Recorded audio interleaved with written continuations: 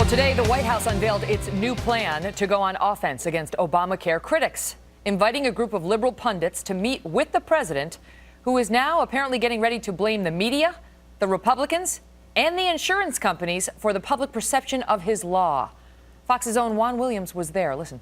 I mean, they're mad at the insurance companies right now with the cancellation letters. You know, they think they could have called those things, simply renewals or change plans. But once they put out cancellation, it damaged the Obama effort. Leslie Marshall is a Fox News contributor and a radio talk show host. Lars Larson is host of the Lars Larson radio show. Lars, and they could also call terrorism workplace violence, but that doesn't change what it is. No, and I'm glad I have Juan on my show every week, and I love Comrade Juan, but the fact is all this spin and attempting to get the liberal media and liberal pundits to carry water for this guy is not going to fix the problem. 5 million people without insurance, and the president made it happen, and I'm waiting for the insurance industry to start pushing back. How long are they going to take the president blaming them for something that's a direct result of the law that he demanded that America have? Leslie, he's mad at the insurance companies for canceling people, which the Obamacare law and rules and regulations forced them to do. And now he's ticked off, saying they should have called them renewals or change plans and not cancellation. That's why people don't like the law?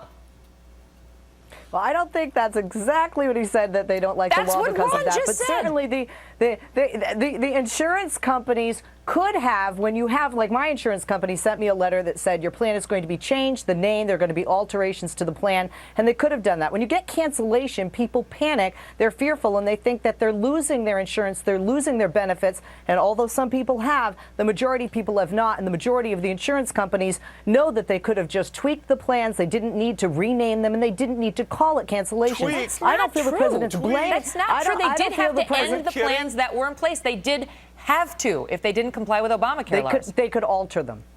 They could alter them to comply with the legislation. You have to add gigantic sections of new mandates. Believe me, I think what's happening here is liars love company, and the president is a liar, and he's saying, why didn't you insurance companies just lie to your clients too, saying, we're going to tweak it a little bit, and add a couple of $100 a month to your bill and raise your deductible and reduce or increase your copays and restrict the doctors and hospitals, just a couple of tweaks like that. Why couldn't you just lie as well as the president did? Well, the other thing that they came out with, Leslie, that Juan said happened at the meeting was that the White House is very frustrated right now, this is a quote, with the way this has been portrayed in the media.